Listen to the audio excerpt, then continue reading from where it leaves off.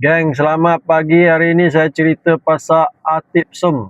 Akta 670, anti penyeludupan migran 2007. Anti penyeludupan migran 2007. Apa yang saya nak beritahu ialah kita jangan buat prebet sapu ambil parti, hantar sini, hantar sana.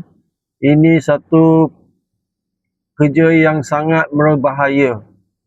Kena tangkap, kalau kes berat boleh dipenjara seumur hidup.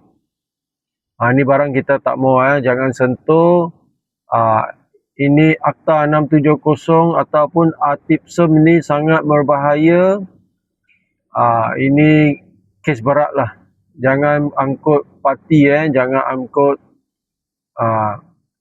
parti. Kita buat Grab, kita ikut aplikasi saja. Jok masuk jalan, kepala tak sakit, insurans cover, pekeso cover. Okey. Jadi kita buat 20% tu kita bagi aja untuk penyelenggaraan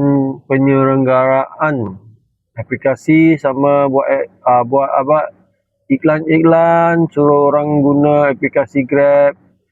Jadi okeylah, saya punya pandangan peribadi okey, sebab tak ada kepala sakit. Okey, fleksibel, online aja, ada job masuk jalan, target satu hari berapa kita sendiri set. Esok tak mau kerja, kita off, kita rehat satu hari, tak mau pandang itu aplikasi. Lusa kita nak buat, kita on, boom, job masuk jalan, hari-hari ni macam okey mah. Saya macam ni lah, saya hari-hari ni macam. So,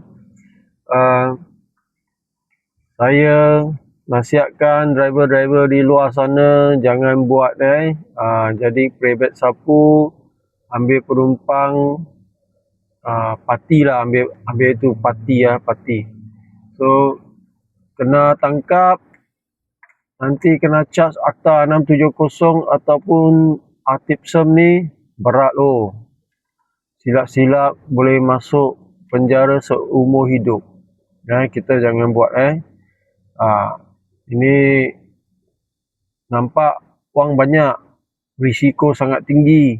Okey, tak berbaloi lah. Saya tak berani sentuh ni semua. Saya online Grab, saya sapu saja. Itu saja kerja saya. Jadi selamat sikit lah, tak ada stres. Itulah saya punya pemikiran saya sendirilah. Saya tak mau stres-stres lah, kepala sakit lah.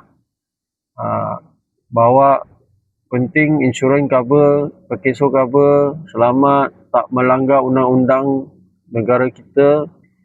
Okey lah, cari makan mah, betul tak? Itu saja saya nak kongsi tips ni, ATIPSEM Akta 670, anti penyeludupan migran 2007. Okey.